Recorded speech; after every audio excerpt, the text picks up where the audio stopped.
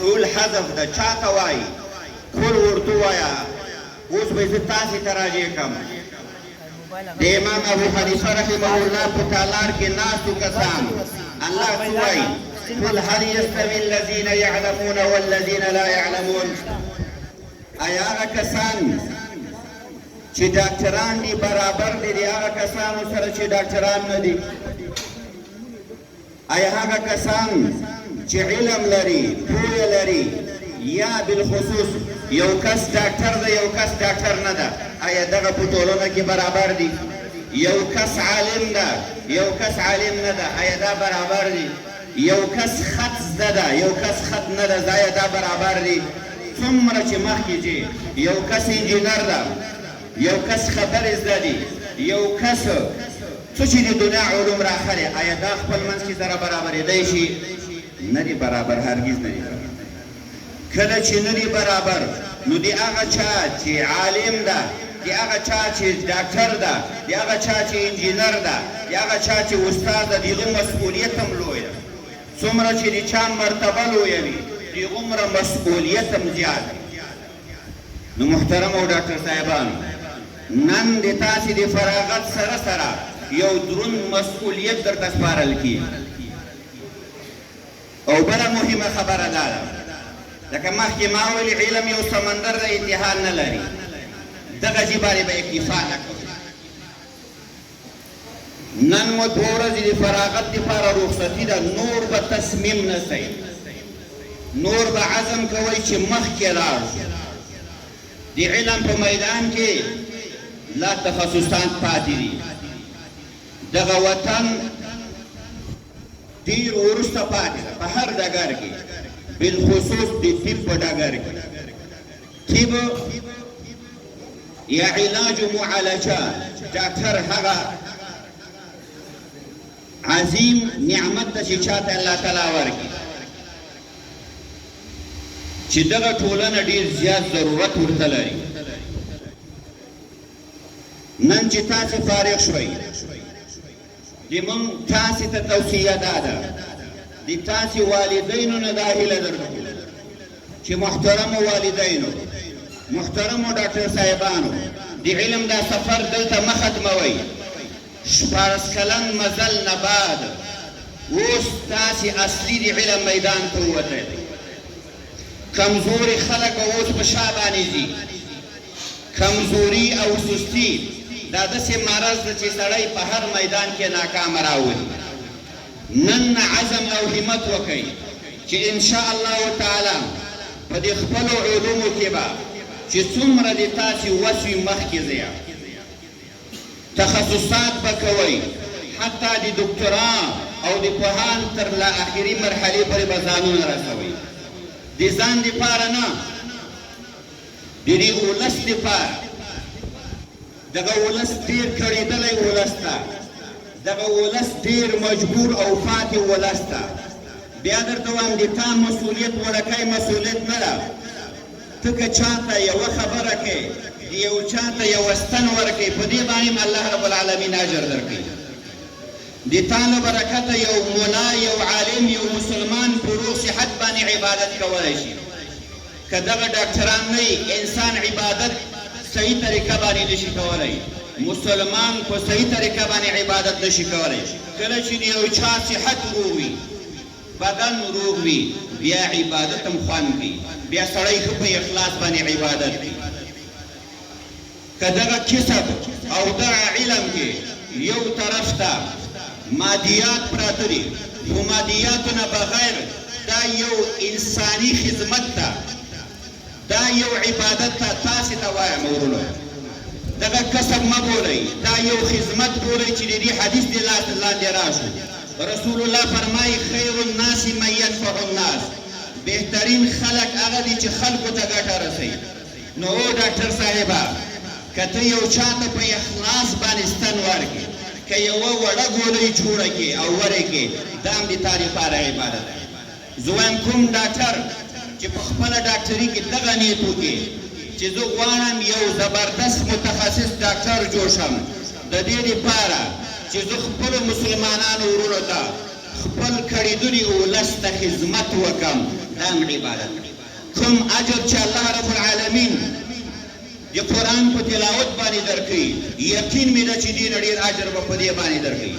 کوم اجر چې الله رب العالمین په لمانځو نوافلو باندې درکوي دې نه مې زیات یقین ده چې تا ته به په دې باندې اجر درکوي نو هیله مې دا ده چې دا یو کسب ونه بولو دا یو خدمت وبولو دا یو عبادت او کله چې په ټولنه کې عمل خپل کار ته اهمیت ورکړي عبادت یې وبولې مسلمان لپاره بیا دوه ګاډي دي د دنیا ګټې هم دي د دنیا کامیابی هم ده او د آخرت کامیابی هم ده د مسلمانانو آخري منزل آخرت ده خو د آخرت لپاره مهم پړاو هغه دنیا ده د دنیا کارونه به کوو خو د موږ د تاسې نیت به د آخرت اسلام قرآن او شریعت دا نه وه چې دنیا کارونه پرېږده ډاکټري مه کوه انجینري مه کوه ویې که د مسلمان ورور د خدمت دپاره رسول الله حدیث ته انما الاعمال بالنیات بیا درته وایم د تا هر یو سانه او سنه کومه ستن چې لګوې کومه ډاکټر یو مریض په اخلاص باندې ګوري والله دا یو عظیم عبادت خو چې موږ تاسې دې ته راوځو په هر حال ډېر لوی کمال او علم الله تعالی درکړ نن نه بیا نیتونه داسې وکړو چې زه به مخکې دا کوم تعلیم مې چې کړی خدایه دې کې م توفیق راکړي چې د تا د بندګانو خدمت وکړم او آینده کې وس راکړي همت راکړي چې زه دغه خدمت دغه عبادت کې ترقي ورکړم مخکې لاړ شم او بیا د خپل کړېدلي ولس او د الله د مظلومو بندګانو خدمت وکړم دا یو چانس و چې خدای درکړ چونکې دا خپلو والدینو ډېر احسان درسره کړی ځوانانو دا نن چې تاسې فارغېږي د دې سپین ږیرو والدینو له برکت نه ما یقین ده خو تذکره درته کومه یادول درته کوم د خپلو والدینو احترام ډېر زیات ضروري دی الله نه بعد لوی حق په انسانانو کې هغه د پلار او د مور د هغه نه بعد لوی حق او مسؤلیت هغه د استاد ځوانانو ډاکټرانو د خپلو والدینو سره سره د خپلو دغه ډاکټرانو او استادانو احترام باید په زړه کې ځای ورکړي د دوی پوښتنه وکړي اکثره نوجوانان چې کله د پوهنتون نه فارغ شي بیا په عمرونو پوهنتون ته نه راځي د خپلو استادانو حال نه اخلي نن عزم وکړه څومره احترام او حق چې دغه سپین ږیری پلار در باندې لري دومره احترام او حق دغه استاد در باندې لري که غواړې چې په خپل مقصد کې کامیابه شي که غواړې چې یو وخت د تام دغه شان نوم وي او یو بهترین ډاکټر نه رجوړي نو د پلار او د مور د احترام سره سره د استاد احترام ټولنیز آداب والله کله کله په کال کې یو ځل د پوهنتون ته خالص د پوهنتون غلو راتللو دپاره نه دي علماو کتابونه لیکلي په دې باندې چې د استاد پوښتنه څومره لري چې د استاد پوښتنې ته ورتلل د خپل علمي مرکز مادر علمي چې ورته وایي هغه ته ورتلل دا څومره یو اثر لري په هر حال خبره راڼو د الله جل جلاله نه درته توفیق غواړم چې په آینده کې بهترین متخصصین جوړ شئ او د دې خپل کړېدلي ولس د درد دوا جوړ شئ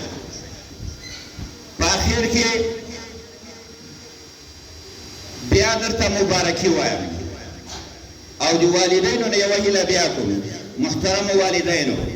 الحمدلله د تاسې بچان اوس د ډاکټري اولې درجې نه فارغ شول اوس په مخکې همکاري ورسره کوئ د تخصص په برنامه کې لکه 14 کاله چې تاسې تکلیفونه برداشت کړل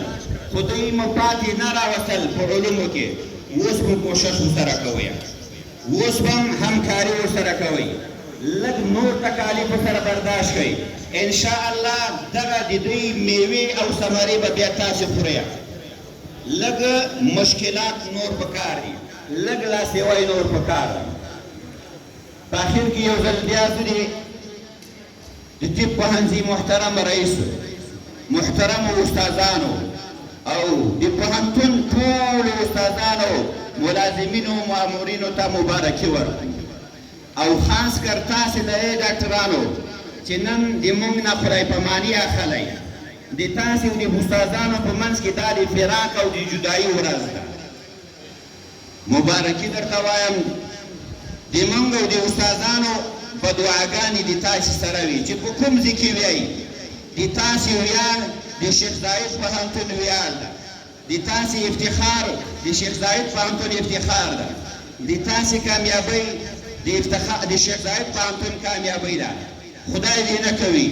د تاسې ناکامۍ او بدنامۍ هغه د شیخ زاید پوهنتون ناکامۍ او بدنامۍ ده د تاسې ناکامۍ او بدنامۍ د خپلو والدینو ناکامۍ او بدنامۍ ده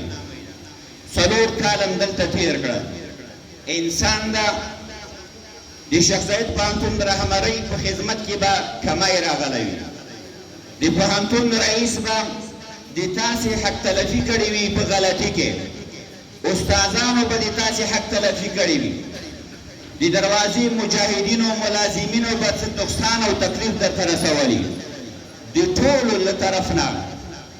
زه تاسې نه هیله کوم چې ټولو ته بښنه وکړئ ځکه د الله رب العالمین حق الله جل جلاله بخي خو د بنده حق نه بخل کیږي خاص کر د کوزې پښتونخوا ملګري تاسې د موږ میلمانه وئ کوم حق او مرتبه چې تاسې په دې پوهنتون باندې لرئ کیدای شي هغه شان حق نه وي اعلی شوی د زړه له اخلاصه د زړه له منځه بښنه راته وکړئ چې الله رب العالمین د تاسې په حق باندې موږ ګناه نیسي او اخر کې دومره درته وایم چې شاعر وایي علم دریاب طالب او باز ده یا به ځان غر کړي یا به وباسي لالونه نو که چا خواري وکړه د همت یې وکړه انشاءالله تعالی کامیاب او کارمان به وي الله رب العالمین دې موږ د تاسې دغه غونډه کامیاب وګرځوي او الله دې تاسې په خیر او عافیت سره خپلو کورونو ته ورسوي وصلی الله تعالی علی خیر خلقه محمد و آله و اصحابه اجمعین